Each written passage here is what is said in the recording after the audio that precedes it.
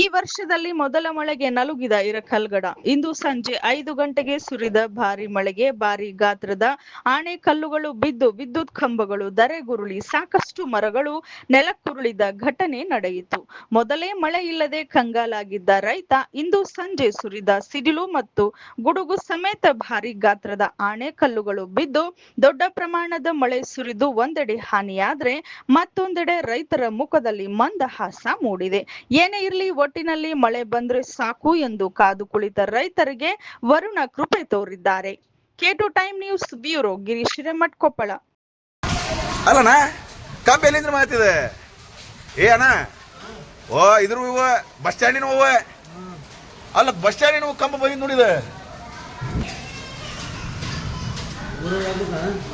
ಓ ನಾವು ಮತ್ತೆ ಓನರ್ಗೆ ಹಾಕ್ಬೇಕಣ್ಣ. ಮಳೆ ಗಾಳಿ ಮತ್ತೆ ಪಾಪ ನೀವು ಮೈ ಮಾತಾಡ್ತೀರ. ಮರನಲ್ಲಣ್ಣ ಅಕ್ಕಾರ ಪಾಪ ಅಲ್ಲಿ ನಿಂತ್ಕೊಂಡ್ರೆ ಇದ್ದಾಡೆ. ಇನ್ನೊಂದು ನನ್ನ ಕರ್ಯಾಕ್ ಬಂದವರು ಪಾರದಂಗಾದ್ರಲ್ಲಿ ತಲೆ ಹಿಡಿದೀನಿ. ಏ ಸುಂತ ಅಕ್ಕಾರಿಗೆ ಹೊಟ್ಟು ಬಿಡೋದ ನನ್ನ ಕರ.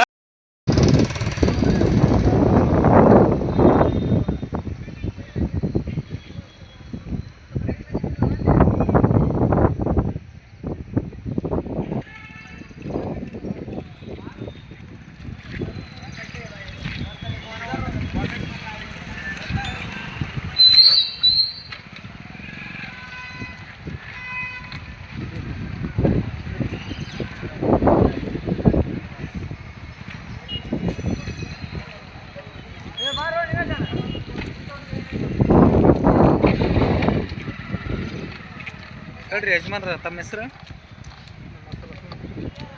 ಹೇಳ್ರಿ. ಇವತ್ತಿನ ಸುರಿದಂಥ ಭಾರಿ ಮಳೆ ಗಾಳಿಗೆ ಏನು ಇಲ್ಲಿ ಬಸ್ ಸ್ಟ್ಯಾಂಡಿನ ವ್ಯವಸ್ಥೆ ಏನಾಗಿದೆ? ತಗಡು ಬಸ್ ಸ್ಟ್ಯಾಂಡಿನ ತಗಡು ಶೆಡ್ ಎಲ್ಲ ಕಿತ್ತೋಗ್ಯವು.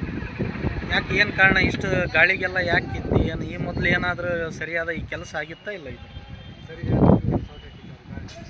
ಸರಿಗಾಗಿಲ್ಲ. ಈ ಮೊದಲು ತಾವೇನಾದರೂ ಮನವಿ ಮಾಡ್ರೆ ಈ ಸಂಬಂಧಪಟ್ಟ ಅಧಿಕಾರಿಗಳಿಗೆ ಏನಾದರೂ ಹೇಳಿದ್ರಿ? ಇಲ್ಲ ಹೇಳಿದ್ರಿ, ಸರಿಯಾದ ಕೆಲಸ ಆಗಿಲ್ಲ ಅಂತ ಹೇಳಿದ್ರು ನಿರ್ಲಕ್ಷ್ಯ ಅಧಿಕಾರಿಗಳು ವಹಿಸ್ಯಾರಲ್ಲ. Okay, thank you sir.